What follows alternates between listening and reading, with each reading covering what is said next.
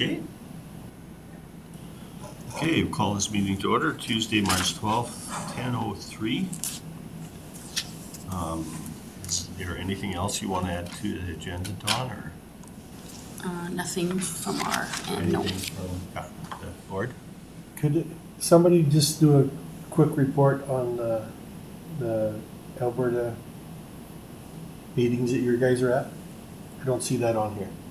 I see you got it in your report, but you're not saying a whole lot. Oh, the conference in Lethbridge. And that's what, yeah. Oh, yeah, we can Yeah, talk about we that. can when do I that. get- At the end there. Yeah, when we talk. We'll do that. in my when report. Okay, Can do that, if that's all right. does that work? Yeah. Okay, could I get a meeting then to adopt the agenda as Just presented? one question. Oh. I know I'd been talking to some folks. Where are we at with that Twine program? The recycling, I can't remember the name of that. Yeah, it's Clean Harbors. clean And farms. farms, yeah. Can we add that just to get an update on that? You can. It'll be a short update. Sure. So seeing that, I'll make a motion to adopt the agenda as amended. Okay. All those in favor? It's carried. The minutes of our meeting on the 14th or 14th, 18th January. Anybody see anything in there that was? Dave? I'll make a motion to accept the meeting minutes of January 18th as presented.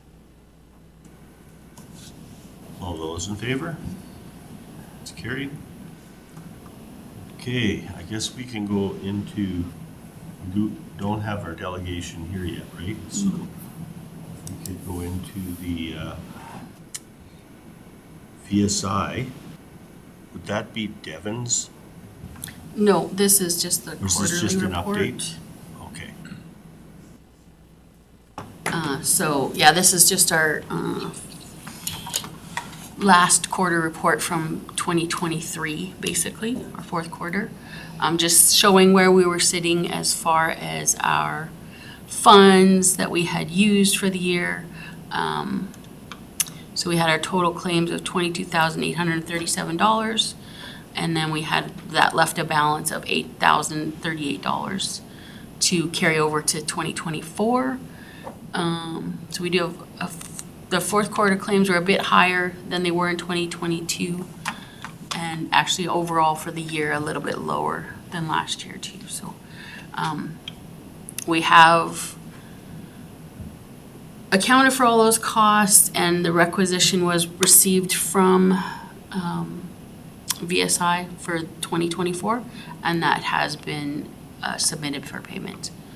So we've made our contribution for this year already, so.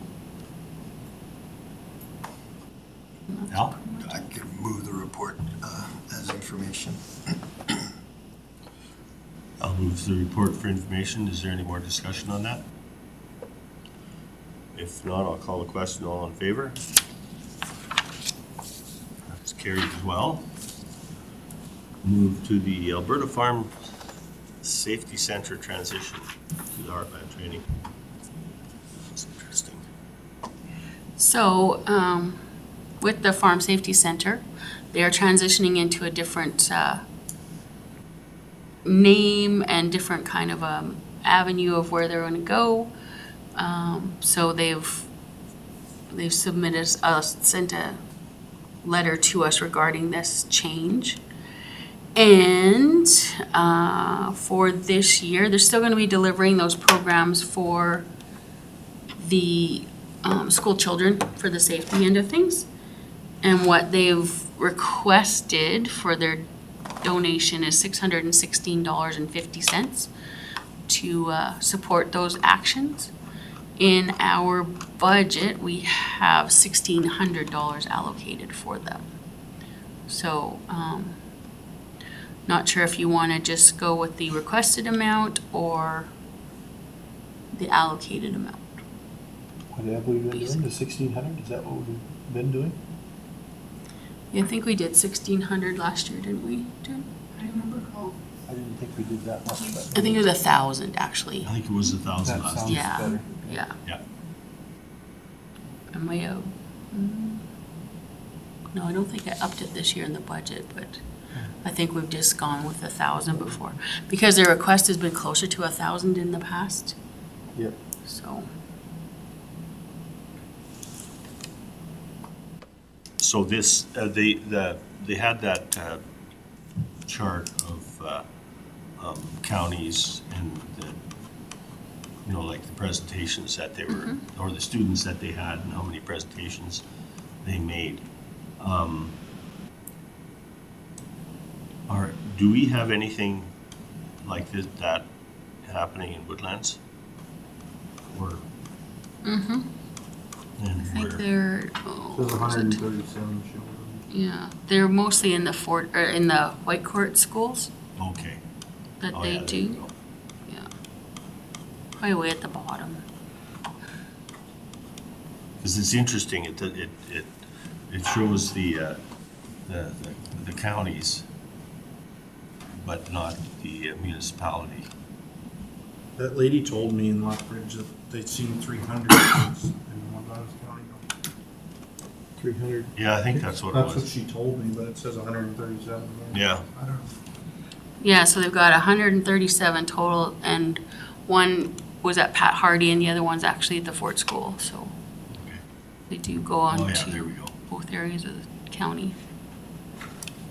I mean, I think it's a good program. I think it's good for our kids to have that. And if they got, what, 100, what did they say? You said 300, she figured, in this area? That's what she told me, but Yeah. like according to this chart, it's only 137, But yeah. she told me 300 when I was there. So. Just a quick question for Don. Given that our contribution typically, the ask is around $1,000, what changed, you know, for the reduction or the ask?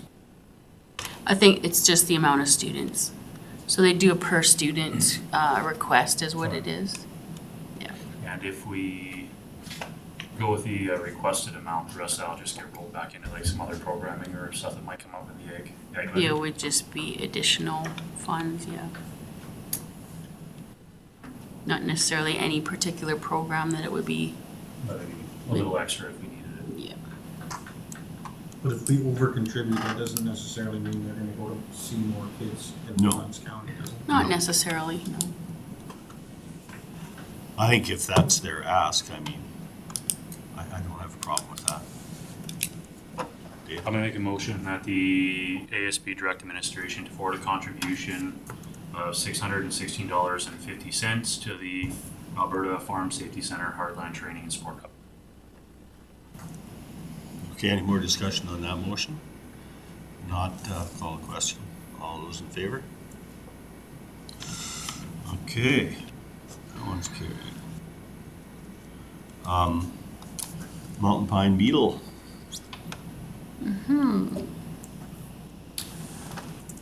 So, we're not doing anything with mountain pine beetle. Really short answer, short version. Cole's nose version. So, the mountain pine beetle program was supposed to be rolled over into FRIA, which is the, I can never remember what the name means. Forest something, something, something. Anyway, it's a big long name. It was supposed to go from the current department, like forestry, into that FRIA program, but it hasn't happened yet. But what they've done is they've revised how they want to deliver the program because they're seeing numbers decreasing in the majority of, basically of Alberta. There's just like a small portion. If you can look on the map on page 50, it shows a progression of the numbers from 2019 to 2023. So they're seeing not as many mountain pine beetle, not as much action. And so they've restricted the control to the area where they're most active, and that will be in the Calgary area. So Calgary Parks area. So as a result, we would not be eligible for any grant money for this year. And how we've operated the program in the past is whatever grant funds we receive is the money that we have available to spend on the program. So if we've not received any money, then we've not any funds to spend, basically. I did budget it for it, but it's gonna have basically a zero impact on the budget because like I said, what we would get in is what we would spend, so it's an in and an out thing. So that's basically where we're at.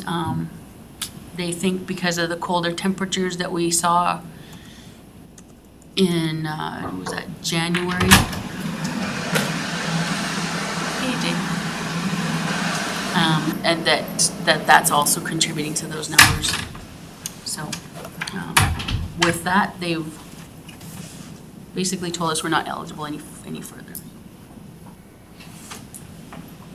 That's a dramatic decrease on the map from 2019. Yeah, when you look at it, it's pretty significant. Yeah. So, just a question, so how do you do the monitoring? Like, what is the process? So we would hire a contractor, Okay, and basically we had sites that we knew there were, like the contractor we used had used him for many years, and so he knew the area very well, and he knew the areas where there was likely to be mountain pine beetle. So he would kind of be in those areas, and it was also on a call-in basis. Like if people thought they had mountain pine beetle, we would go out and check it. If it was in the off season, like if our contractor was no longer under contract, it would be likely myself would go out and check it to see if it was mountain pine beetle. But the contractor would go around checking sites that of known areas that had been hit. Sometimes that was through helicopter flights by forestry. They could pick out red trees and that kind of stuff, so we would know what areas to hit. And then, of course, history, like where we had gone in the past.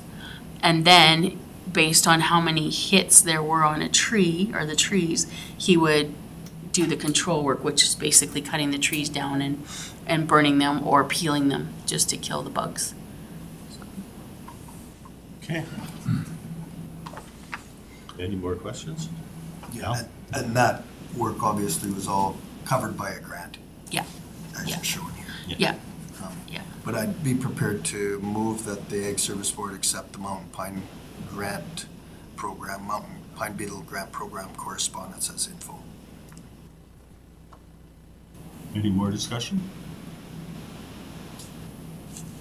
All those in favor of that motion? That's carried. What is the choice of the board? Should we go ahead with I see our delegations here, so maybe we could move that a little bit forward, or should we?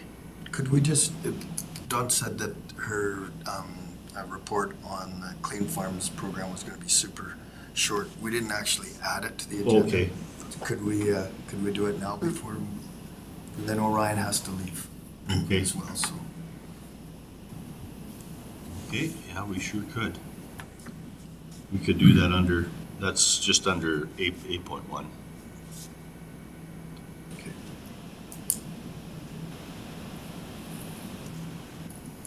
Sure. Did you want to do a little preamble into what you felt there, Dawn, and maybe the rest of us can add to it Okay, so, on this Lethbridge? oh no, they're talking about the clean farms, the Oh, you recycling. want the Clean Farms one? Oh, okay. So had we not added that as a new item, new business item, or no? Yeah, it probably should have been 6.5, I Yeah, imagine, right? 6.5. That's where I'd actually written it in.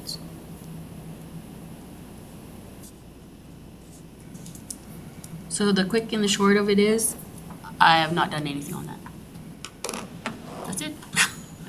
I haven't had a chance actually to get in touch with Davin again.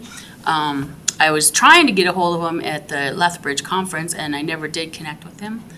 So I just have a few things to check up with, because I know Ryan had spoken to the fellow that drives the truck or is part of the transportation system with the recycling product, with collecting the recycled product. And that individual stated that that they're going to pretty much all the transfer stations in the province anyway, and if they go there, it'll be an easy add to the collection. So I just need to double check on that with our individual that's in charge of all our transfer stations, and then get a hold of Davin to get that contract in place. So I just haven't had the opportunity yet, so. But it sounds like it should roll forward then. Oh, yeah, I think so. Okay. I don't think there'd be a problem at all, because it's not, we're already doing the recycling with our chem jugs and the recycled oil, so it's just an add-on. Sure. So it's not a big deal. And just a comment, that 'cause I sit on the solid waste authority with the town as well, and it's something we'll say that they're, at our or the landfill is also kind of looking to see where we're going with that, and conversations with their, I guess, kind of manager out there. They'd be willing to, if we have to work with the town also on where we can set stuff, because they're finding, especially with the twine end, when it ends up, like a lot of people, they don't have anything to do with it, it goes to landfill, it plugs up a lot of their equipment when they're running through it, and they end up with, I'll say like a large quantity they run over. It's a, smaller area, not so much, but when they end up with somebody cleaning up and then a big dump, it just plugs up a bunch of their stuff. So they're, it might be worth touching base, either running through Andre, because he also sits there with the town to try to coordinate something. But if we can get something set up, even if it's at the town transfer site, which I'm sure they'd be okay with, because then it kind of hits that audience. It's less of an inconvenience for them to have to drive that extra to get rid of it. But it is a discussion that's come up a couple times in that committee as well, and they're seeing just problems with it with their equipment in the landfill. So. Thanks so much, Dave. Any more questions for Don? I'll make a motion to move it for information. No. Would you accept a friendly amendment to direct administration to consult with the, like basically what she said she's planning to Yeah, do? no, that's, thought about it as soon as I said it. I think Oh, yes. if I could just, that was a previous motion anyway. Like when we had talked about it, we had talked about Okay. doing that already, so I don't To know. accept the updated information. You can do whatever you want. I'm just saying, there was already a previous motion like Well, that, so I just haven't carried out said motion. Okay, then I think your motion's fine. Yeah, the updated information. Okay, all those in favor of that? That's carried. And I think now we will go ahead with our delegation, so welcome Jay, and I brought Cavill with me today. Might have initially said Stacy, but yeah, had a bit of a change of plans with the busyness of the times. So thank you for having us. And Dawn, I'll leave you with a few copies of our 2022 annual report. Perfect, thank Our you. 2023 annual report will be out in a couple of weeks. Our annual meeting is on March the 21st at Hazel Bluff Hall, and you're all more than welcome to attend. And hopefully by that time, knock wood, we'll have our annual report ready for the annual meeting. So it's coming right up, and time is tight, but hopefully we'll get everything done. Were we able to Yes. get that presentation? Great. So for those of you that don't know me, I'm Jay Beyer. I'm the manager at Gateway Research Organization for a little while longer. And Cavill is the research manager. Cavill Singh is the research manager over at Gateway Research Organization. We do work throughout the northwest part of the province. We have in the past had plots and pest observations, more in the Fort Assiniboine area of Woodlands County, but we did come to some meetings here when mountain pine beetle was the great fear, and they actually did get to Broward County as well. So we were here for some meetings, and we did have a lot of learning on mountain pine beetle here, which was very helpful for us back in the day. So sadly, the pest monitoring network has, with some cuts and whatnot, have gone sideways. So we haven't done a lot of pest monitoring, official pest monitoring here, but of course unofficially we still go out and check things from time to time, particularly on request. But as far as official work in 2023, it's been pretty skinny at Fort Assiniboine, so there we go. But we do a lot of work this year. Cabell, maybe you can discuss the number of plots we've had and some of the stuff that we've done. Yeah, even last year we had roughly around 3,000 plots, and we do like small plot replication research trial, and most of plots were in Westlock and Barhead County, because it was easy for us to manage those plots. And if we put like way far, then it will take extra driving time to go there to manage all those things. And even like this year, we would have almost same number of plots, roughly around 3,000, and that's our like per capacity. We always try to commit as much we can do in a better way, and we don't want to commit so many things and after that we say, okay, this thing we were unable to perform and make a bad reputation of crew. So we always try to commit things that we can achieve or we can do. In 2021 and 22, 23, we were doing some chemical control work as well in Fort Assiniboine area, and Don was a great help in helping us to find locations for some contract research. Sadly, when it's contract research, we can't spread the results out to the people, but it was awesome to be able to find some great sites where we were able to do that work, and that hopefully brought forward the ability to do to register some chemicals for brush control. And so Fort Assiniboine and Woodlands County played a good part in that, And that and was hopefully they'll be coniferous, coming. wasn't it? They were coniferous. Sorry? Was it coniferous? Brush control you're looking at? That was their primary focus, but yeah, that's what they had asked us to look for. But in the last plots that we had, we were able to have a good, thorough spread of not only spruce, but tamarack and poplar as well.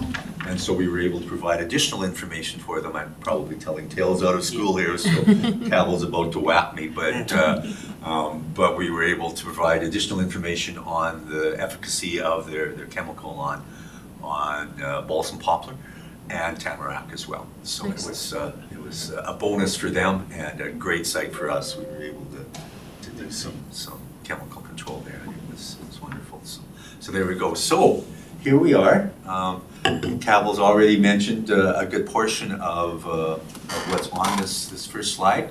It talks about more than 3,000 plots in 2023, and 2024 is looking very similar in that regard. Some field scale trials. We do like to, and producers like to as well, see extensive trials as well, where we've got an acre or two of a certain trial or treatment or that sort of a thing. We did some very innovative stuff in some of our field scale work. Cabell can talk perhaps a bit more about us looking at re-entering exhaust into the soil as a nutrient. Go ahead, Cabell. And we did some work with that. The initial results weren't 100% solid as far as being able to report them. They're not all that replicated, but still nonetheless, go ahead, Cabell. Yeah, it was just like a field scale demo, and we like to do it next year again.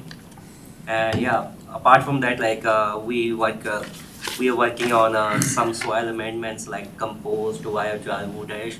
So we can improve the soil health, and while improving the soil health, we like to maintain the productivity of the crops.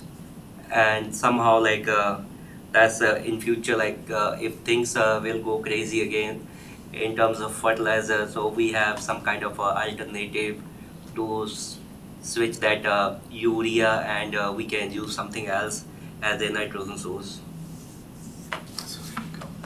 So about 55 to 60 different research trials and demo plot plans from 2023, and again this year we're looking at more, everything from hemp to lupins to corn to all of the standard crops as well. So there we go. We also manage a pasture. We just call it our short name for it is the heifer pasture. We do some research work on different grazing systems, whether it's mob grazing or rotational or continuous, and see what it does for the growth of the cattle as well as for the health of the soil. We've been doing that work for probably 4 years running on that one, but we've had this heifer pasture for as long as GROW, or even the Pembina Forage Association, has been an entity.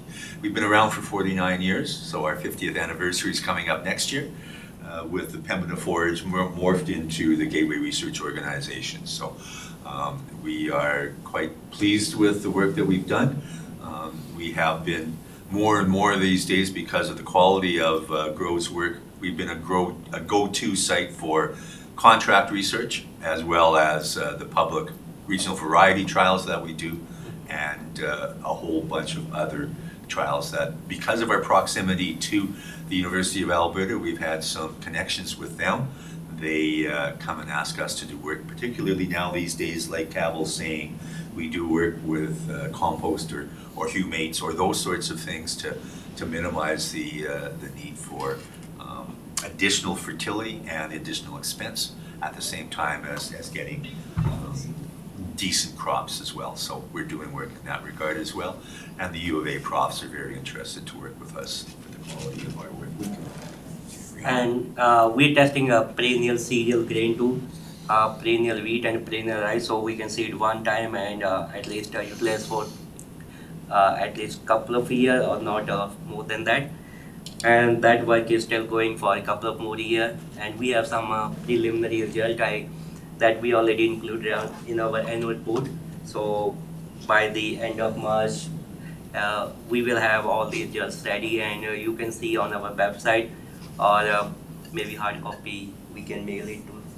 Yeah, for sure. The perennial cereals were very interesting. You know, if it would be great if we could seed wheat. We do have a perennial wheat, seed it once and then harvest it for 4 years. We have some learnings to do on that. We weren't able to get a great crop off this year, the 3rd year, and the 4th year there was just not enough plant population to keep it going. So that project has been changed over, and we're continuing to do some work there. But we have some real serious learnings to do as far as whether we need to do different work with fertility, or whether there's something in the soil that we need to amend or something prior to seeding. But it still would be great to be able to seed wheat once and harvest it 4 years running. So we're continuing to work on that. We also do a lot of demonstrations and tours and meetings and that sort of thing. We had a combination indoor-outdoor presentation with Greg Judy in the spring out in the west towards High Ridge there. It was a very exciting day, well attended, over 100 people there as I recall.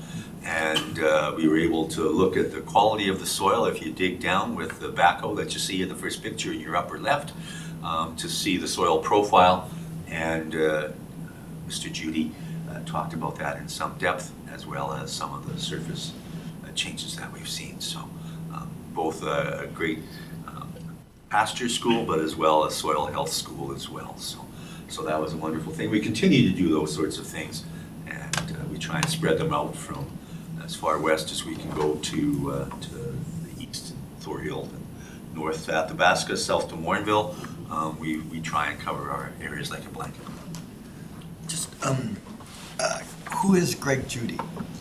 Greg Judy is a forage specialist, and he has great information on pasture as well. He's out of, correct me if I'm wrong, Cavill, North Dakota? Yeah. And we try and bring in specialists from some distance away. And of course, with a lot of these more extensive schools, there is some cost to the producers to come. But we also try and obtain funds from, whether it's CFGA, Canadian Forage Grazing Association, or other places like that, to minimize the cost for the producers that get to these projects and these courses in schools. So was this school, was the pasture that the school was held at, was it selected for any specific reason? It had been in pasture for a long time. There was some bale grazing on the pasture, as well as a multi-purpose pasture, as well as some rotational grazing. So it was selected to show an example of how soil health can be improved through the mob grazing and that sort of thing. So it was selected for a very specific reason, and it was compared to others in the area too. Okay, so thank you. Yeah, you bet. So that's some of the areas that we work on. We can carry on to the next one. Whoops. Yeah, like as Jay mentioned, our goal is to provide information to the producer. So we do all the extension event in person and online too. In the summertime, we do most of our events in person, like in field, so people can see things actually like how it looks like. And these things, it's important for the young farmer too, so they can see things and how they can improve their land and all those things. And these are some tools we did last year. One that forest barbecue one. So it was mostly related to forest crop, and we put silage trial over there, and we had some forest crops over there. As I mentioned, perennial cereal grain was there. It was a combination of all those things, and even next year we are planning to do same kind of things. And we try to do things as per crop type. So for pulse, we put just like a one pulse day. For canola, just like canola day, so people can talk about canola only and provide more information. And we always try to bring an expert from that industry. So if producer have any particular question, so they can ask that question from that expert and get that answer.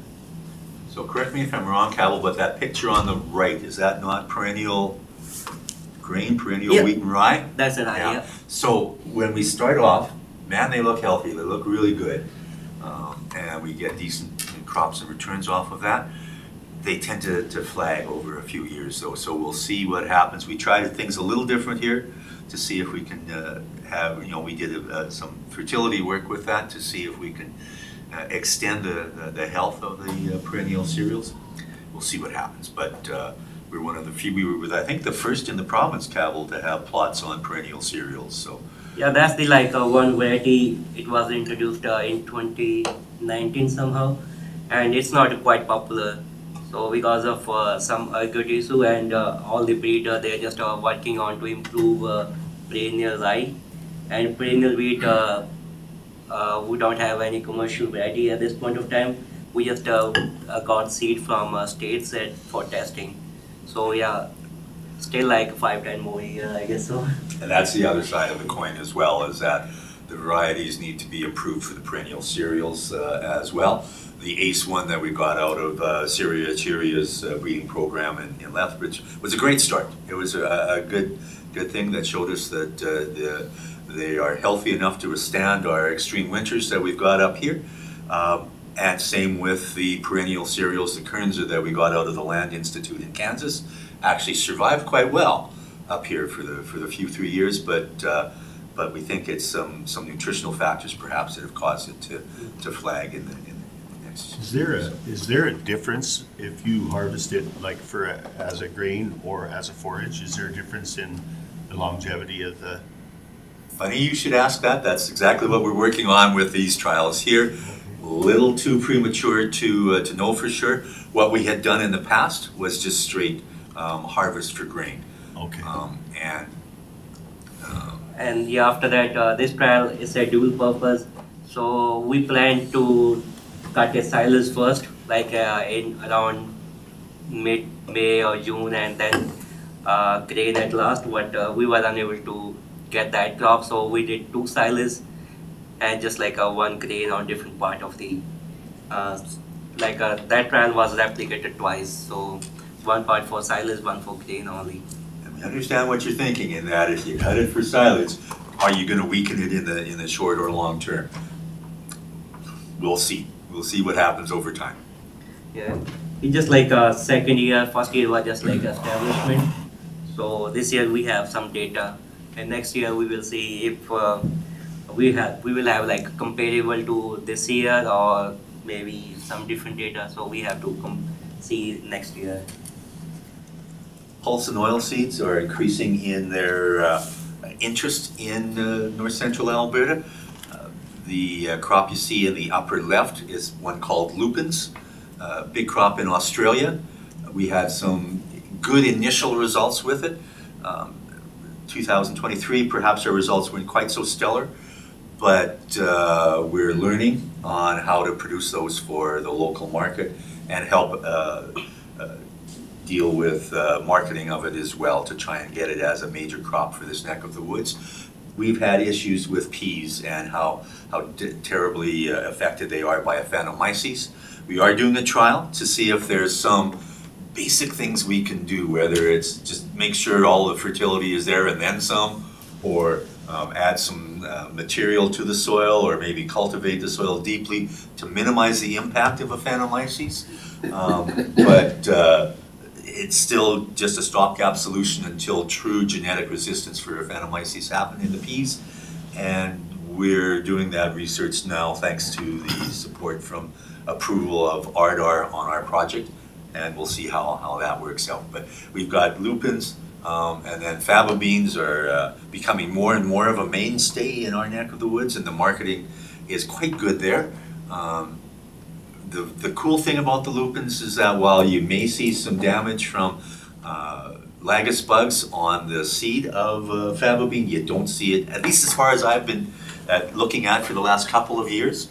We don't see the pods get hard enough that the Lagus nymphs and adults can't stick their proboscis through to the seed to actually put little black spots on it, where you do get them in the faba beans. So there might be some marketing advantages for lupins for human consumption because of the health of the appearance of the seed. So we're continuing on with work in peas as well as the faba beans, lupins. We've tried chickpeas, we've tried some of the other pulses as well, lentils and the like. Still some challenges here as far as harvestability and actual yield, but they help with the soil. They put nitrogen in the soil, so we're continuing on with work on those. On the oilseed side of things, we are doing a lot of canola trials for sure. We've been working both private and public research on canola, but also we look at camelina, flax. We're going to do another voluntary regional variety trial to see what the best flax variety is for the northern climate here, and a lot of the other oil seeds as well. Mustards and canola and both yellow and brown have done extremely well up here. Now that we have good chemical controls, that was the real kicker way back in the day when I still had hair and was able to help Dad seed. We would never even consider mustard as a crop up in the Busby area because there was just such a weed issue after the fact. These days with good chemical controls, it's much better to look at mustard crops, and the economics of some of the mustards has been stupendous in the last couple of years. So we're looking at that as a market, or as a crop potential as well. Yeah, like Ajay mentioned, lupin, that's the only, that's a crop we can use as an alternative of pea. Pea don't have a genetic resistance to Aphanomyces, and lupin it has. So if you have a field with Aphanomyces and you want to put some pulse crop, so lupin might be the alternative. And you don't need to do anything, just like a normal control. I may have asked you this question already, maybe last year, but I'm puzzled with mustard.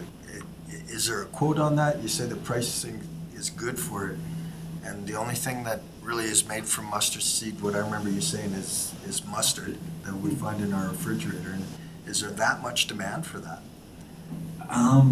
Depends on the year. Last year, in 2022, Campbell? Yeah. In 2022, there was a crop failure in France, and the mustard price went over $1.20, I think, a pound.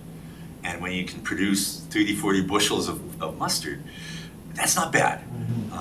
There's no quota, but there's been this traditional, like I say, when I was working with Dad, he wouldn't even consider mustard because of the issues behind it. More of a traditional thing than anything else. And these days, yeah, there are some products other than just mustard made out of it. They do break it down into some of its component parts, but by and large, the largest crop, or the largest potential for it is still as condiment mustard. For the yellow mustard, for the browns, there's more of the Dijon and those sorts of mustards as well. But again, still, human consumption is the primary means of concern. It's cool in some aspects, and it might be considered for a plow down as well, because there are some bacteriological factors in the mustards as well. So that might be an alternative method of using them. And we do have some other brassicas as well in some of the forage crops and the forage blends, the polycultures that we see as well. Thank you.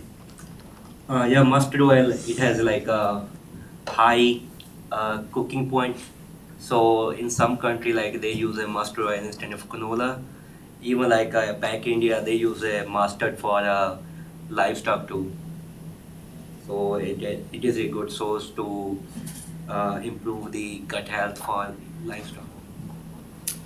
Our major plot is in the Pembroke area for grain production and all of the research that we do with grain. We had over 1,400 plots, I think, at that one site.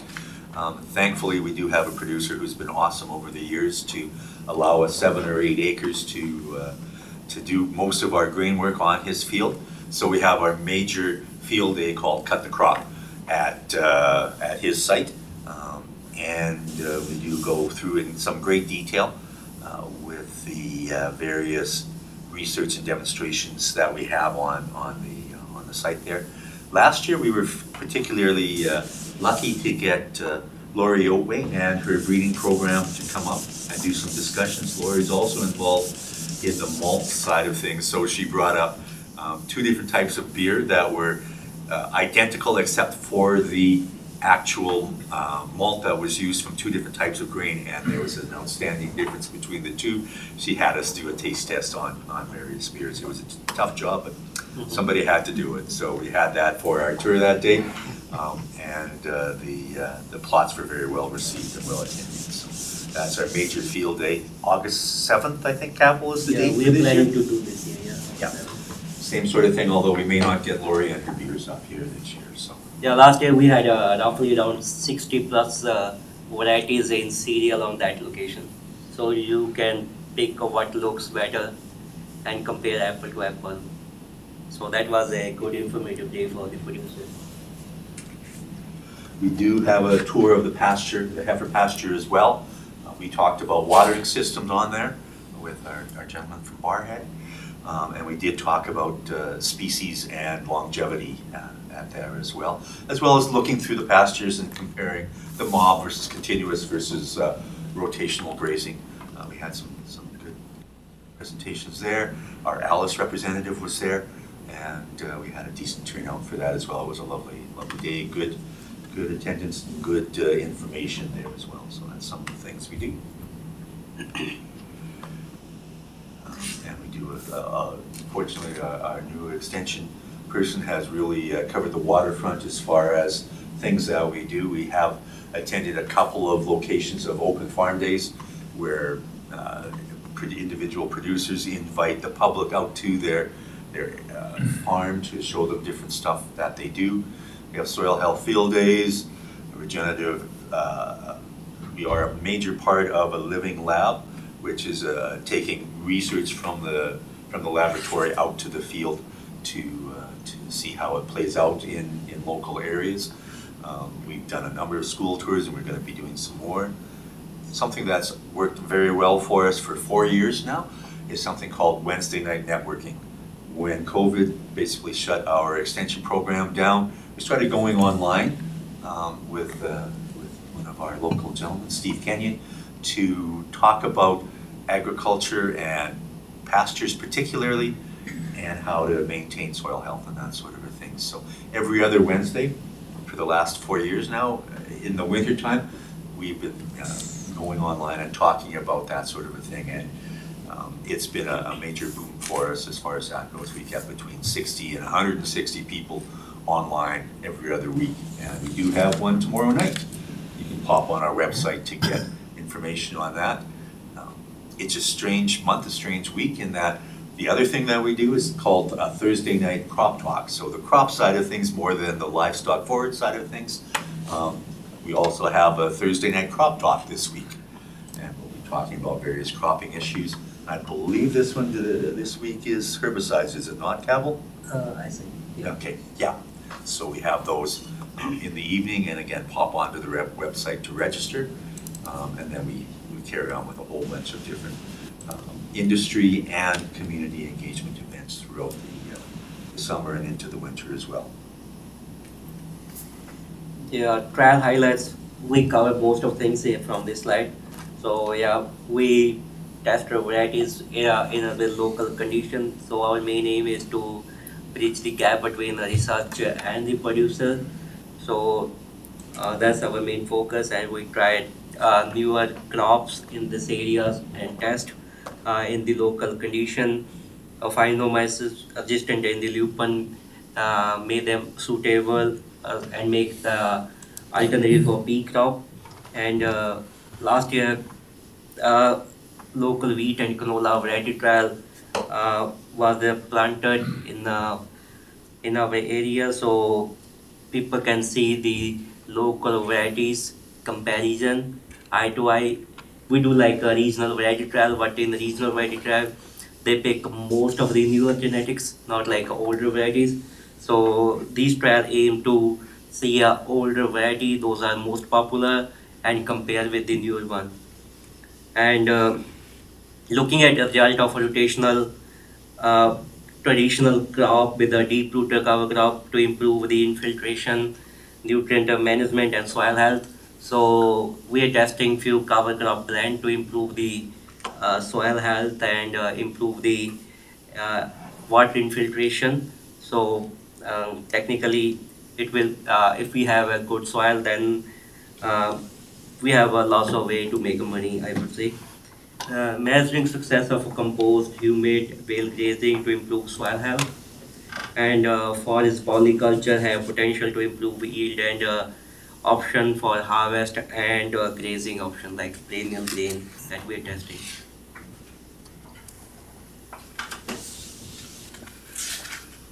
So where do we get our dollars? Where does the money come from? Well, fortunately for us, counties like yourself have been most generous in helping us out with some of our work, and we do our darndest to ensure that we honor that trust, and we appreciate your help. We also get some funding from a consortium called RDAR, Results Driven Agricultural Research. It's both public and commission funds that go into that, and we do get a generous amount of funding from them. Individual projects, we apply for funds. Regional variety trials, for example, we're quite pleased with the work that we're able to do to ensure that the variety information that goes into your seed trial publication is the best for this neck of the woods. So we do that work and get funded fair enough for it. Individual programs, whether it's the living labs that we talked about earlier or the environmental farm plan, there's some project funding that comes into us. GROW has also gotten a fairly good name for itself to do contract research with various organizations that come to us for not only variety trials, but also some of the work with chemistry and being able to farm. We're looking more and more at some of the corn research that we can do for people. We were very, very fortunate to find a corn planter that will make our corn research a lot more extensive and a lot better because of the precision seeding that we've got with the corn planter. So we're going to be using that quite extensively this year. And that was brought online as a result of both RDAR and private funding. So we're super pleased with that, and we're looking forward to doing that. And we do have some sponsorships of various kinds, and again, generous donations from municipal partners as well have been most gratefully received and thankfully applied. So there we go. And we always do like to ask that question: how can Gateway Research Organization serve the ratepayers of Woodlands County better? What else can we do to ensure that we are serving you and that we are honoring your dollars. So if you have any suggestions for work that we should be doing, could be doing, we'd be very anxious to listen to them and take them to heart. Could you host one of those malt events here? I do have a few of those beers left over. We'd have to share them, but we'll talk to Lori and see what we can do. Yeah. My only question would kind of be, like the last couple of years, probably our biggest problem in Alberta, maybe not even this area, is the lack of spring moisture. So the annuals seem to kind of pick up as long as we get some moisture at some point. I'm curious if you guys have any research on what happens when you don't get anything in April, May for the forages and the silage aspect of an annual. Okay, as far as, what we should maybe consider is to do some comparative research and do some irrigation on small plots compared to non-irrigated side by side to see what sort of things we can do. We have put together a publication on managing both annual and perennial cropland in dry conditions. So we've done theoretical research on what's the best thing to do. But as far as boots on the ground, wheels in the field, side-by-side research right now, no, we haven't done a lot of that. But we do have the drought publication that we have put together, and other organizations are working with us. We are putting on some drought workshops as well. And there's a limitation to do actual field work. We don't have our own land. We go to farmers' field land and just a water land from them. So it's hard to set up a irrigation system anyway. Certainly protecting the moisture that you've got, Yeah. minimizing the cultivation, that sort of a thing would be areas that we would be recommending, and that's what's in that publication. And seeding cover crop, that's a alternative. We can seed cover crop or maybe fall crop. So those can save some moisture for a couple, next growing season. Right. The fall seeding of perennials or winters as well. We've been playing with some winter barley seeded in the fall of 23 and growing in 24. Winter camelina, help me with this, winter peas. Yep. What else do we have? Winter wheat and rye, of course. So those are the sorts of things that get a head start and actually have the roots a little deeper that can take advantage of some of that existing spring moisture. And then hopefully, like you say, by June, July, we get the actual rains that are so normal for this neck of the woods, and we take it from there. Yes.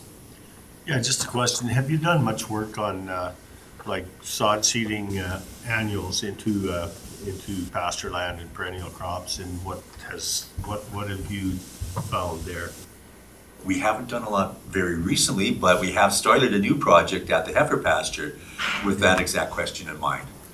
We've done some drone seeding last fall already to have that as one of the replicates of a whole wide variety, all the way from just knifing in some perennials or some annuals, all the way to the full meal deal of disking something down and reseeding. So we are trying some work on that this year. The project just started in 2023, the fall, and we're going to be comparing it throughout, so we'll see how. Yeah, I'm just very interested in that, because I know that what Ryan was just saying about some of the annuals do a little better if they get a little bit of a start, even in hayland. There's a possibility that if, as that, you get a couple of years of dry weather and it thins out a little bit, that you have that dirt there to seed into, and that's something that I would be interested in. Great. As well. Stay tuned. We're working on it. Yeah, in past we did same kind of trial, but in cereal we seed wheat ultra early, 15 days early from a normal season, and we saw some positive result, in terms of yield and maturity, all those things.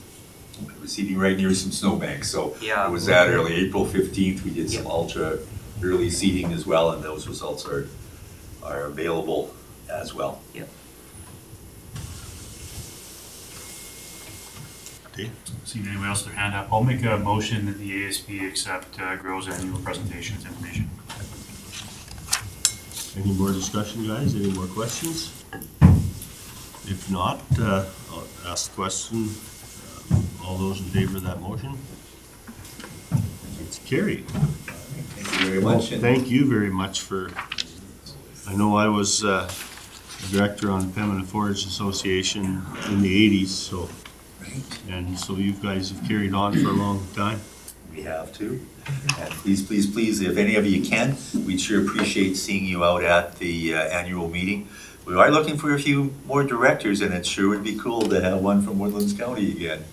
So please do keep that in mind. So when was the annual meeting? March 21st, coming right up. All right, thank you. Yes, thank you very much, Your Jay. time. Thanks. Appreciate it. Everything happens a week before. What's that? So everything happens a week before me. Yeah.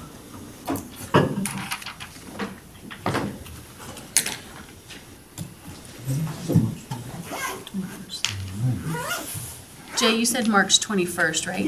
21st, yes. Yeah, yeah, yeah. Sorry.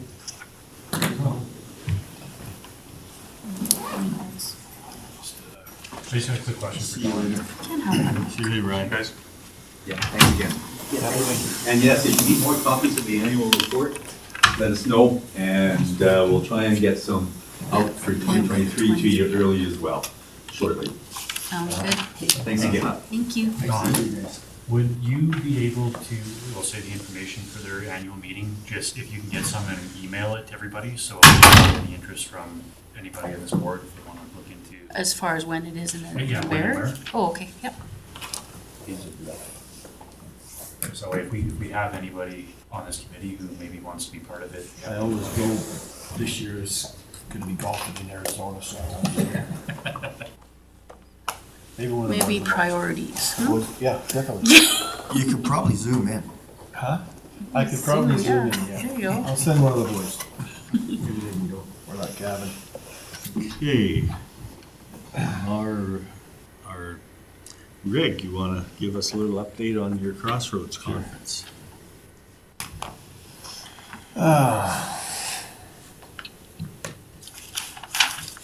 So it was, overall, I thought it was a decent um, conference. I was expecting maybe a bit more overall. It was definitely geared towards the grain producer. But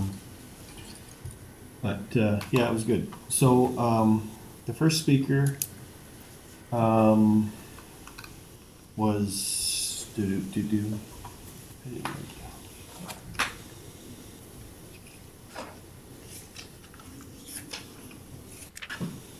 Dr. Lenore Newman, and her topic was examining the future of food production.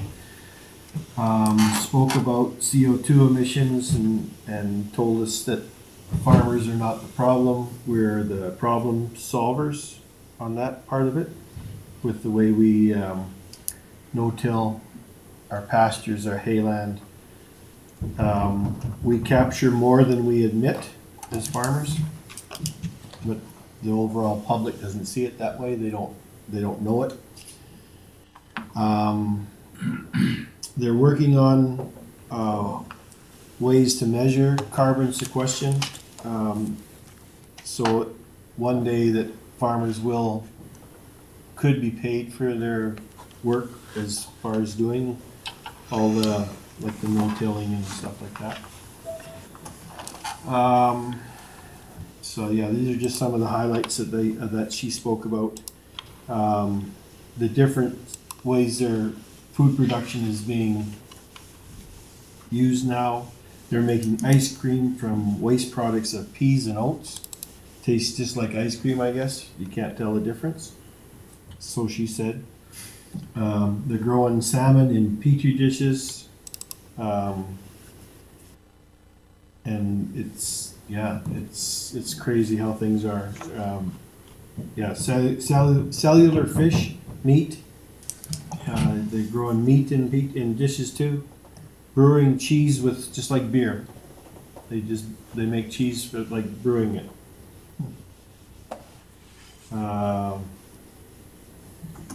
she spoke about cattle a bit and how cattle were domesticated from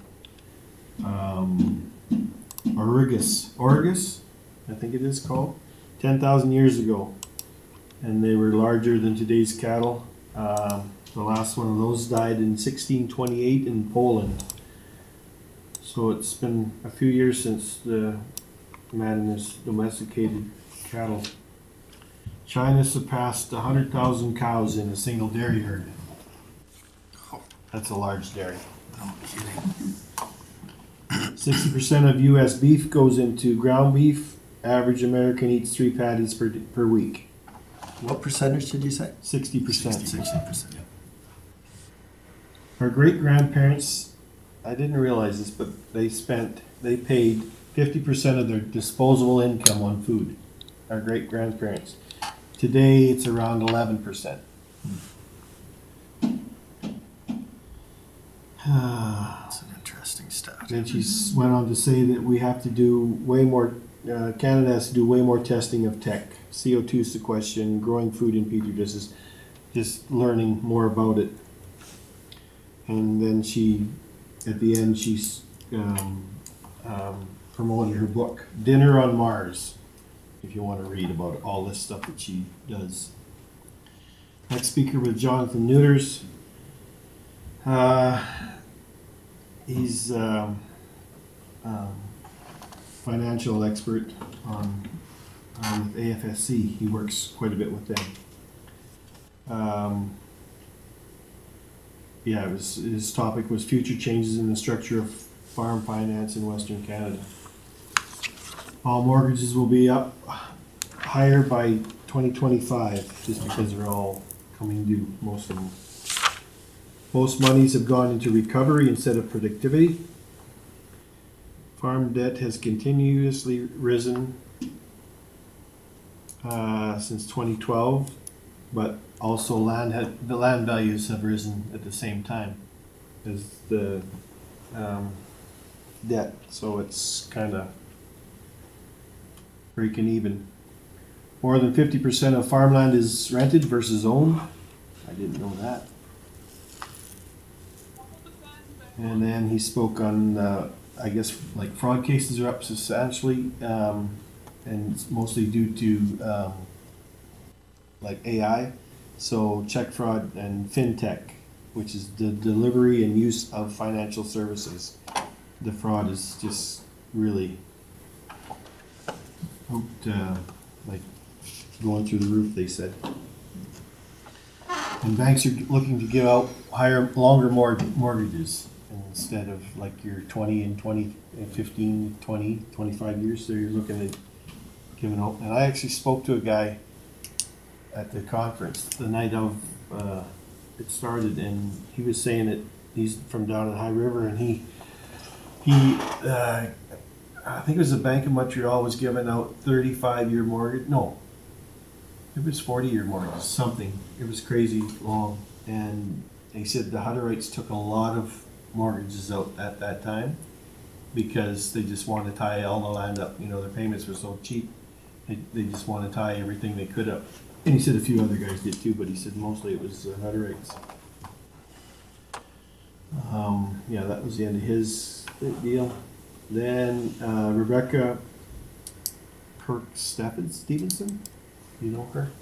She's on the mental health thing that we talked about at the other night thing. It's so I'll just briefly on that. It's farming isn't only physical, and but mentally draining as well, and stressfully draining. And then just the Ag Knows stress line that she spoke about. So we pretty much know quite a bit about that.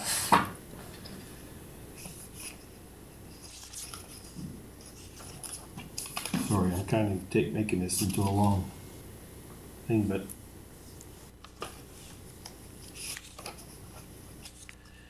then Dr. Paul Galpern, he spoke on farming wasted areas and stuff.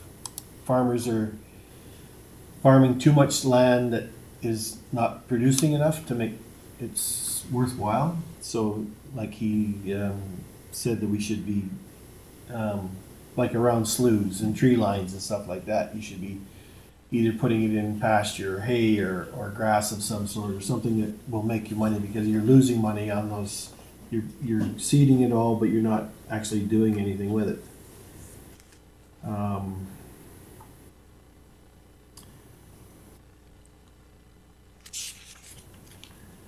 And then just spoke a lot about crops and stuff and new genetics. Overall crop yields increased 28% between 1991 and 2019 due to new genetics in just in the plant breeders and stuff like that. And they really pushed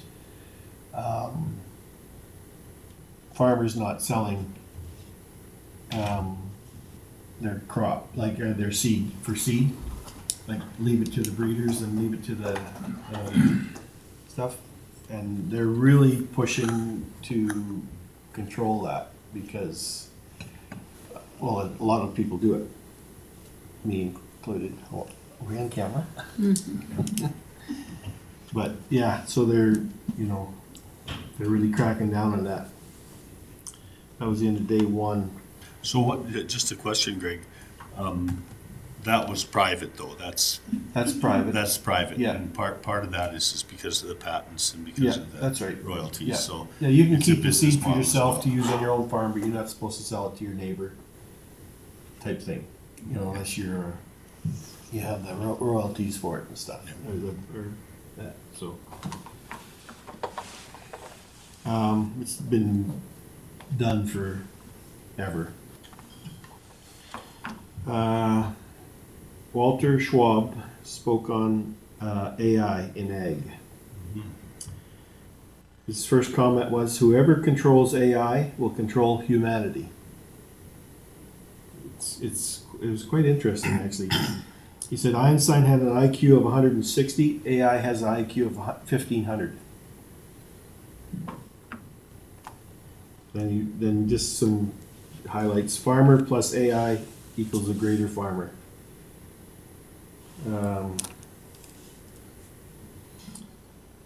It was I think within the next,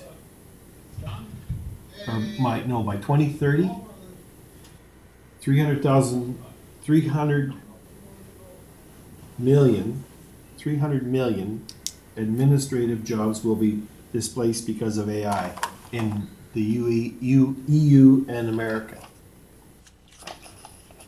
300 million. Million. 300 million. In what time frame? I think he's 2032. 2030 or 32. Yeah. It's not very long. It's crazy.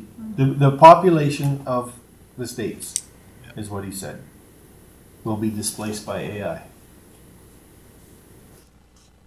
Crazy. Then, like, just sticking with AI, like radiologists are wrong 23% of the time. Good or bad news, he said. So get a second opinion. So if they tell you got cancer, well, maybe you don't, maybe you do. Yeah. Or maybe you don't, maybe you do.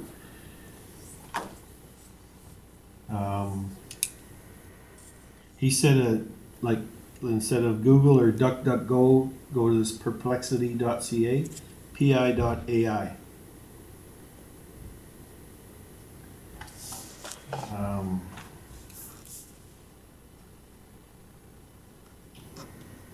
What was that one, Perplexity? Perplexity.ca instead of DuckDuckGo, he said. And then next speaker was Carlo Dade, Canada West Foundation, they're called. It's good for Canada, it's good for the West, Trade and Investment Center. Trade is 2/3 of Canada's GDP, half of Alberta's. 10-year average, ag exports to Asia, prairie 72%, rest of the region, the rest of the other regions of Canada. So 72% of the ag exports are from the prairies.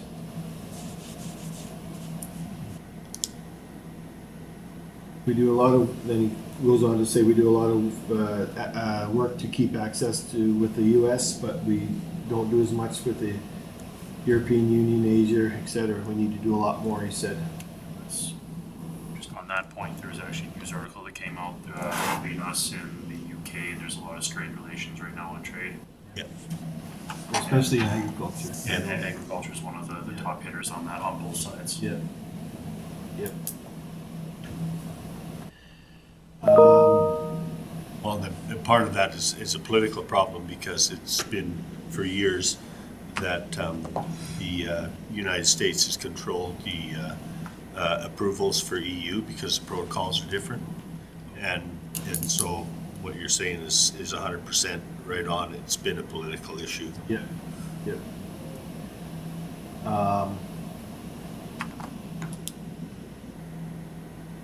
And then he just said that there's that Growing in the Future podcast. He said it's really good. It's Yep. go on that. And our last speaker was weather, Mr. Drew Lerner. And he was pretty good as usual, but so the current weather pattern we're in is coming to an end. For some of us in 2024, but should be done by 2025. Should be weather coming. Still probably, it's going to be drier, he said, in the spring, but then after, towards the middle to the end of May, it should start to get wetter. And it's not going to be a cooler spring, it's going to be warmer spring, according to him. And the one thing that he said that most people don't know was like how volcanoes change the weather. And he said that Hunga Tonga volcano in the middle of the Pacific was the biggest eruption in centuries. And they reported it for like 3 days. He said it was on the news. So basically nobody really knew about it. And that's what's changed. That's like El Nino, El Nino is supposed to be on its way out, and La Nina is supposed to be is in. It should have been already here, but he said this is what that's why it changed. He says that cold snap we had in January, he says the only thing that contributes to that is this, that he can figure out. And he says now NASA is really looking at that volcano too, and they're figuring it, because they're the ones that really look at the weather. Was that the one under the ocean Under floor? the ocean, yeah. Yeah, It's viewed like ash and stuff 30 kilometers up, and it had to come out of the ocean to do it. Gracious. It was. He said it was amazing. So, but he said, yeah, our weather should be turning wetter here in this year, starting this year. So we'll see. I asked him because I cornered him. I just seen him, and so I talked to him for probably 10 minutes after the presentation. And because he tells about central Alberta, southern Alberta, and the Peace Region. So I asked him, well, what area am I in? And I says, I live in central Alberta. Oh, you're around Red Deer. No, I'm not around Red Deer. I live at the center of Alberta. And he says, oh, well, he says, you're a different sort there. He said, he was just at Barhead at Yeah. Mellowdale. And he says, were you there? And I said, no, I wasn't there. He says, well, that's when he told me that we're going to could be drier this spring, and then we'll turn wetter. But he says, overall, it's going to be wetter. More water's coming. Not too much, please. We definitely use some. But I'll tell you, you know, Just not all that- over. just the information that you brought back from that conference is really worth a lot as far as I can see, because, I mean, one of the things that we see in our agriculture picture is that there is no advocacy for the problems we solve as far as the carbon capture goes, and it's something that we really need to work on. Yeah. And, you know, they're reinforcing that. You know, the other part, which is really interesting for me, is that all of the new different ways that they're producing food is in alignment with what they're saying in the world is that we are short of protein. Yeah. And it's not just because of distribution, it's because of, so, I mean, that's the mother of invention, necessity, right? So there's gonna be a lot of different opportunities that come out of, I think the AI changes. thing was really, that's really kind of threw me for a loop when they said like that 300 million jobs are gonna be displaced. And where you said that, you know, if AI is gonna control humanity, you know, which, yeah. But it's an evolution of, you know, this is kind of interesting. It's an evolution of what we've seen in agriculture anyway. You know, what was it, in the 30s, there was 70% of the people worked in agriculture, now it's 3%, you know, so those jobs have been displaced by modern technology, so we're just continuing down that road. Oh, that's great. I think that's really good value there, Greg. Yeah, it was good.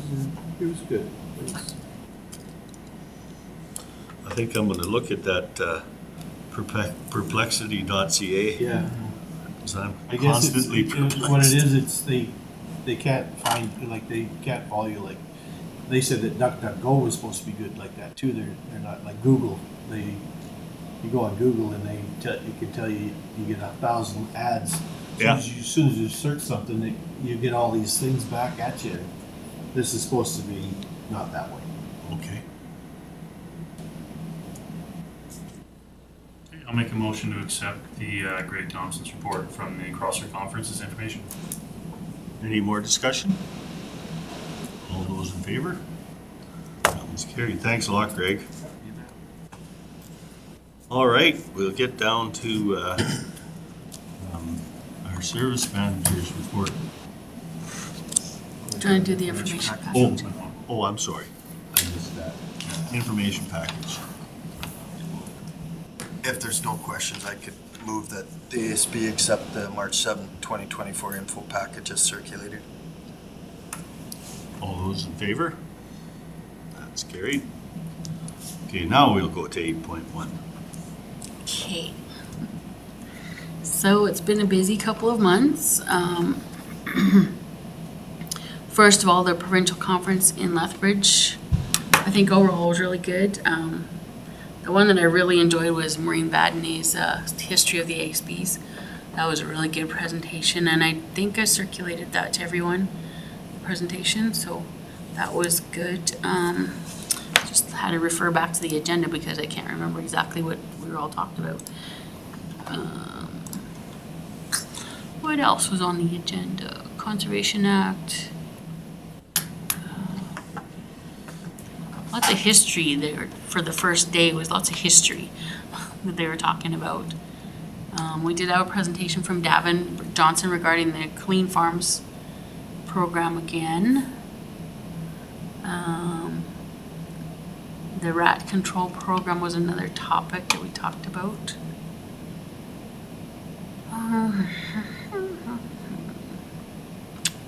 The value of the Weed Control Act, that was pretty interesting as well, talking about the act itself, and then with the people from Strathcona County, they did kind of a summary of what they have to deal with in their county, so that was interesting.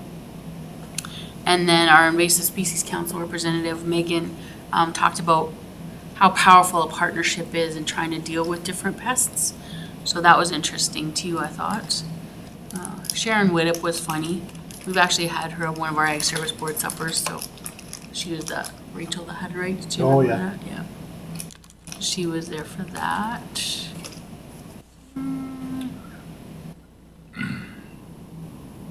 The hydrogen, I think you thought the hydrogen and energy transition was really interesting, Peter, so. Yeah, it was interesting. I'm not saying it wasn't, but I know you picked that one out quite. As far as using well. hydrogen for fuel, you mean? Now, Yeah, the way that they're going to try to transition, how they have to do it in order for it to be efficient is really interesting, and it's going to be a challenge. But I think that in the long run, it's probably going to be beneficial to both municipalities and to the agriculture community. So, no. He also said, so this gentleman, Latoon, Randy Latoon, Yeah. do you remember Barry Latoon, principal at Hilltop High School? No? So I taught with a guy named Barry Latoon, and this is his brother. One of the things I found really, I guess, that stood out in that presentation is that transition to hydrogen, from a carbon footprint point of view, from a cost point of view, it's just not feasible right now. And yeah, it's a wash. And so what he's saying is, you can transition to it, but you're not saving the environment anything, because the steps necessary to get there are going to produce the emissions that you would save ultimately. And so, that's kind of been the conversation around a lot of alternative energy sources. When they put up a windmill, like, have you looked at the base of those things and what it takes to put it in and what it actually generates? And Or all the batteries, the stuff that goes into making EV batteries, Yeah. it's. yeah, and it's not a conspiracy theory. Those are facts, right? That there's a cost. It just doesn't happen in a vacuum. So I'll point out two things in the speaker also, that he, when he started his presentation, he had kind of, a picture of a, CO2 broke down to like a molecular level. And he said, okay, here's a CO2 atom, here's a CO2 atom. Which one's good, which one's bad? He said, from an environmental standpoint, everybody's always talking about bad emissions and bad emissions, but he goes, if you look at it, bad emission, good emission from a molecular level, he goes, there's no difference.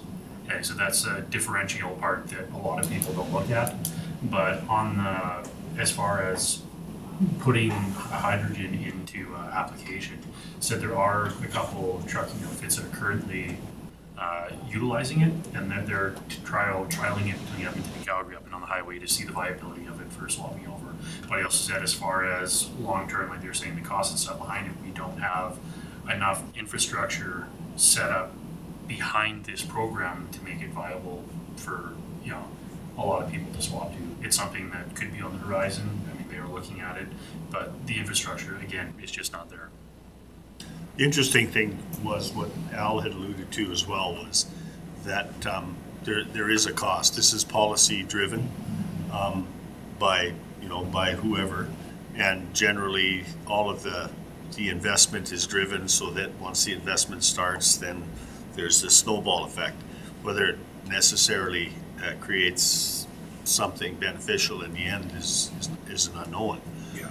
But what I found really interesting was that he said it was much easier to develop a hydrogen fueling infrastructure than it would be to have an electrical refueling infrastructure. Right. So it was In Alberta. In Alberta, exactly. You have hydroelectric. Yeah. You got big rivers, that's a different story. But the other, you had kind of wanted to share some other things about that conference, or us to share some other things. Don brought up the Rat Patrol, and we're all aware of what they do, but the imagery was pretty interesting, and they had some. So they'll trap, on the border. They'll go and they'll look for nesting sites, and I found that interesting. I have relatives that ranch. They're 6 miles from the Saskatchewan border, and I asked her this weekend if they'd ever seen a rat on their place, and they hadn't, but neighbors had, and the ratification program, the Rat Patrol is out. Took care of it. Yeah, and another thing, the history around soil conservation. So that process has evolved over the last 50, 60 years. But some of those pictures of like fence lines and ditches that were just filled with topsoil, and so they have the counties actually have requirements for their landowners on protecting the ditch line. So, planting trees or having fences, and it, we don't deal with that, but I can see how that's a real issue there.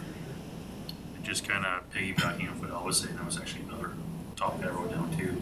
was they were comparing a lot of the soil and we'll say the dry conditions that we currently have to the 30s. And not quite as bad, but then they were showing the pictures of the huge dust storms of the wind and how everything was carried back 100 years ago.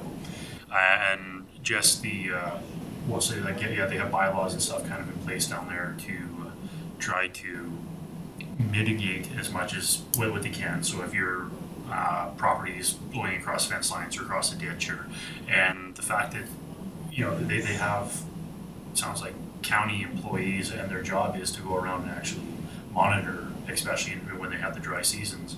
And if they start noticing going on, what the counties do with working with the landowners, so the landowners are the best ones in the area to know what they have to do, and working their land or doing whatever to keep that from moving, because it's not beneficial to them to have 2 inches of topsoil on your neighbor's property.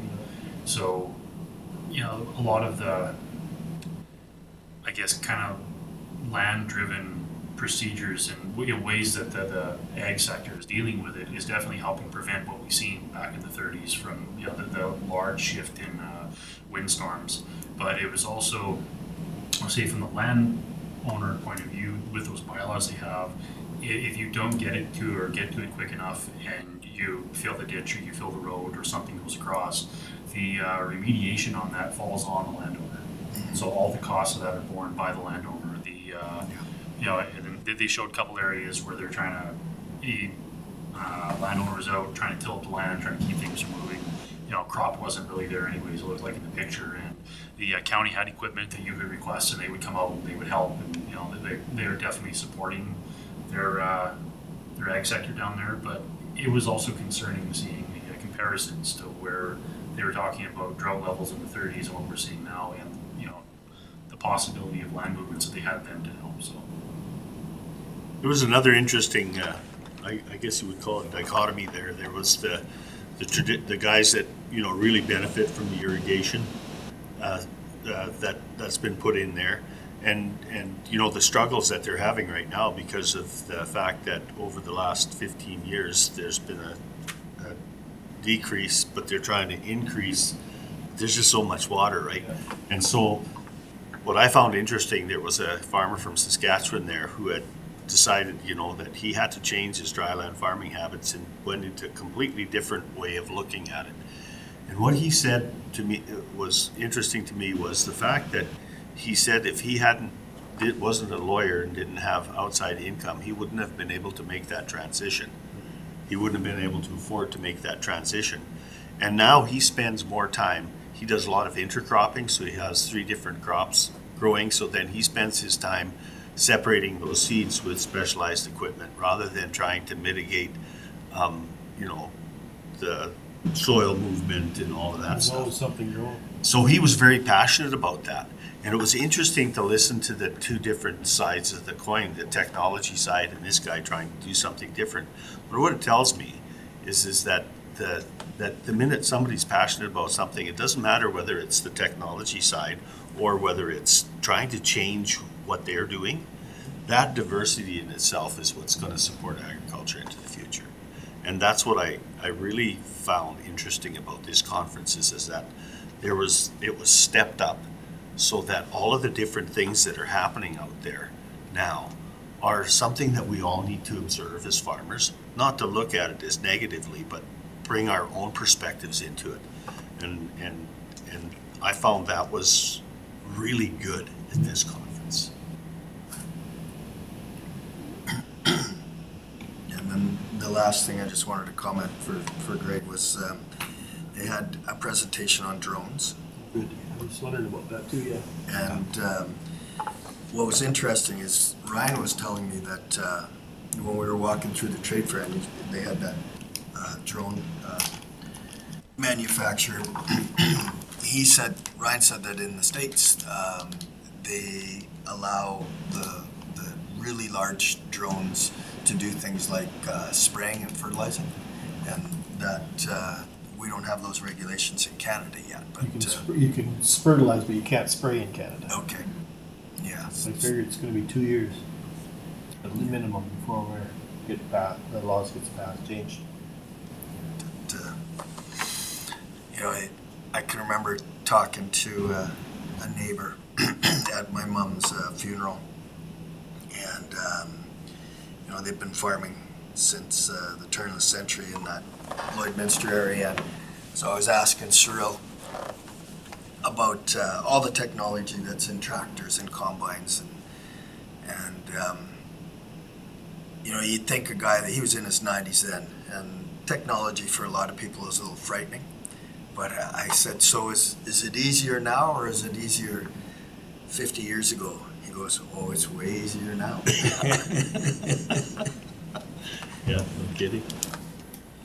Just a couple out from the conference, they had, again, around Agno, had a discussion on that. There was discussion around succession planning on your farm. Right. And there's another discussion they had on around, basically around land management, you know, tilling or no tilling and benefits on both sides. And that was, yeah, it was definitely a good conference. It seemed very well attended. That succession planning, I'm glad you brought that up, Dave, because, you know, that would be perhaps a workshop idea, is that, so there was a firm that specialized in Yep. ag succession planning, and so lots of experience, and, you know, talking about the, you know, the family that have 4 kids, well, one stays in farms and 3 go off, and then how do you transition that, and, you know, what about the sweat equity and all that sort Fair of stuff? versus right? equal. Yeah. Yeah, We actually did Oh, do yeah. a workshop about that. we do. We did, We did. Yeah. Okay, a few years ago. sure. But the Ford Ag Society might be doing one as well.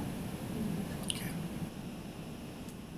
The other one that was interesting was just, you know, on the irrigation side was how we're, you know, as municipalities are probably going to enter into water management strategies because of the fact that, you know, our subsurface moisture has decreased so much that unless we have a lot of really wet years, that's not going to change. So as that becomes a bigger problem, water management is going to be something that, you know, rather than drainage, we'll be managing. So it'll be interesting. Anything else, Don? Well, there's lots. Okay, That go was just ahead. the first one. We got sidetracked there. So what else? I did do a webinar on the 14th of February regarding the Weed Control Act review that's coming up. So right now, the timeline isn't known at this point. They were supposed to begin reviewing it already, but it's kind of been put off for now. So when we get more information, they will be looking for information or input from us and other stakeholders too. So we've got an our Woodlands County Emergency Social Services team that we've been doing we've had one meeting so far, but this is all in preparation for what could be coming. Like last year, we had the fires and the flood, so we want to make sure we're all on the same page, and both Jen and I are part of that team. So we had our first meeting on the 16th of February and another one coming up on the 25th of March, just to go over some more things that we're working on. So we had our budget open houses on the 26th, 27th in Whitecourt and for the Fort respectively. So had some good discussions with those, with the attendees on both sessions. So that was good. March 5th. Heated? Sorry. Heated discussions? No, actually, no. Very positive. They were all really positive discussions, yeah. Good. Yeah, really good. What else? Oh, the March 4th, we had a land rental rates and agreements workshop in Blue Ridge, and that we co-hosted with Lac St. Anne County. So we had 11 people in attendance, and then we also had 2 additional people that were unable to attend, so they requested information from the workshop. So it was a very interesting workshop, and I think the attendees went away with some great information and great points to try to help them out in getting those agreements in place. And one thing she mentioned is everyone should have an agreement, even if it's your family. And I know on our farm, we don't have those, so that's something to look at in the future, because you don't know what could happen, right? So, Certainly don't. yeah, so just to cover your butt kind of a situation, you want to make sure that things are good and solid. And she did give the attendees examples of agreements to use as well. So, and then she also had a cost calculator based on like a whole bunch of different factors, like soil type and the land value and all that kind of stuff. It's not just like you can't just say how much is it to rent? Like what is the going rate for rent? It's different everywhere. It was a really interesting workshop actually. And she has provided all that information, and I did send it out to people, so if any of you guys want that, okay, I'll get that to you. Yes, please.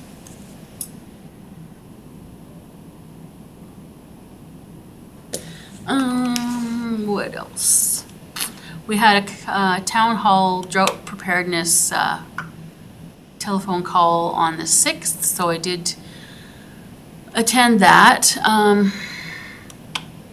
It was kind of really more concentrated towards the south, and like with the irrigation districts and that kind of stuff. There was another one, actually, when was that? Later last week. More towards the north, and it was talking about, that one was more like what we would do for our water supply systems. So it wasn't all that pertinent to my job. I was just there kind of listening and being snoopy. But so that one was more like what we would do to make sure that we have water and water restrictions and that kind of stuff in place if we do have more of a drought situation. And that's more like in the hamlets and that kind of thing for that one. Our ASB, I almost forgot about our ASB supper. Our ASB supper was last Friday, so we had 60, right around 60 people in attendance for that one. And I've had nothing but really positive reviews, really great comments. Everybody I see on the street, I've been asking if they enjoyed the evening and stuff, so I've had some really good positive feedback for that. And we did the Ag No video that we all saw at Lethbridge, or not all, a lot of us saw at Lethbridge, and Greg saw at the at the supper. So I think that was a really good addition as well, and really nice for Linda to actually make it specific for our event. So that was great. Got some more workshops coming up. So tonight we're doing the workshop in Mayerthorpe on livestock emergency management. So that one's tonight, starting at, well, I put 6 to 9, but it's actually 7 to 8:30. But I have to be there from 6 till 9. So. On that note, would you be able to send us an update on what comes out of that? I wanted to attend that, but I have a course tonight I have to go online for. So. Yeah, I sure can. And our deputy Dem is also going to be attending, Beverly. She'll be attending the event too, so that'll be good. It definitely, like reading the poster and what's going on, it looks like it's going to be a really good workshop to go to. I think I just so. unfortunately have something else I gotta attend. Yeah, fair enough. Yeah, I think I'm really excited about this one because we were kind of invited to join, so that was kind of cool. So it's all about those partnerships, right? So yeah, no, I can definitely, I'll get kind of a synopsis. If there's a presentation, I can also get that. That'd be great. Like I said, I would definitely enjoy having some information from what comes out of it. Absolutely, yep, for sure, for sure. What else? 17th to 19th, I'll be attending the Advancing Women's Conference in Agriculture, or the Advancing Women in Agriculture Conference in Calgary. And that's the one when I find out if I won the award, just so you know. But there are 30 nominees, so I'm not holding a lot of hope, but we'll see. Who knows? I'm not trying to be negative either, just saying. What else? And then the Alberta Invasive Species Conference is like immediately following that.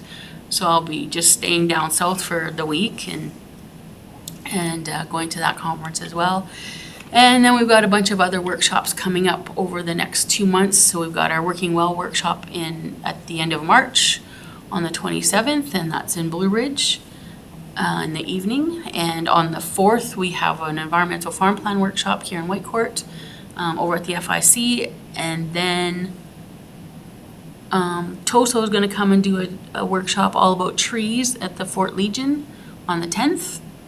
And then on the 30th, we have our Green Acreages program again this year, and that one's in Blue Ridge in the evening as well. So, other than that, just working on getting our summer staff in place for the summer, and at this point, it looks like it's going to be both returning people, so that'll be good.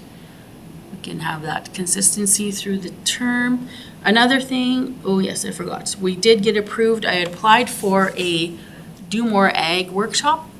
It's a mental health workshop. It's called Talk, Ask, and Listen, and it's a virtual workshop. So I just have to pick a date for that. I'm probably going to push that one into the fall, like probably November-ish, because we've had a lot of workshops going on here in the last couple of months. So, but we did get approved for that one, and our Ag Society in the Fort also applied for a mental health first aid course, so we're not sure if we're supposed to be sharing this one, like partnering with the Ag Society. Kind of the way the email read is almost leading to that, but I just have to follow up on that and find out a little more information as to what they were alluding to in that email. So I think that is all. So the two people are coming back that were working for you guys last year? Yes. Yep. Sherry and Kiera. Okay, Not officially yet because I have to interview Kiera first. okay. So, but that's our potential, yes.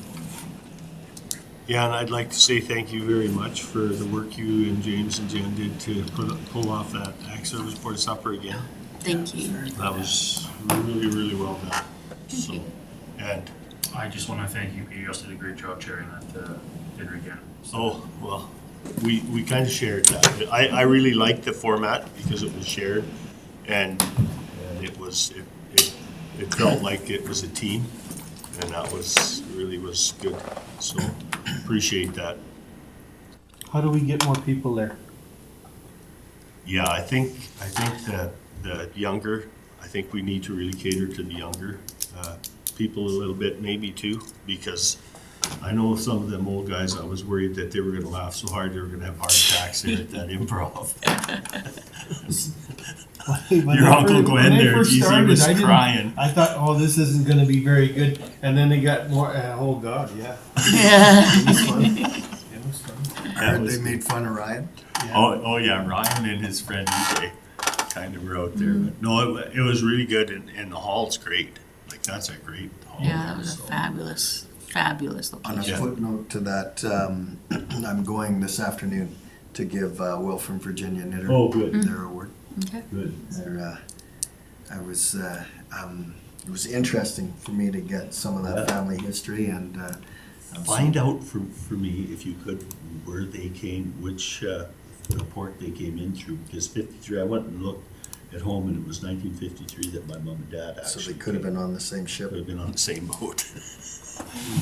I'll make a motion that the Ag Service Board accept the Agricultural Service Manager's report dated March 5th, 2024 as information.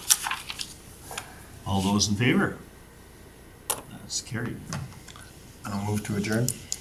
Al moves to adjourn. All those in favor of that? And that's carried.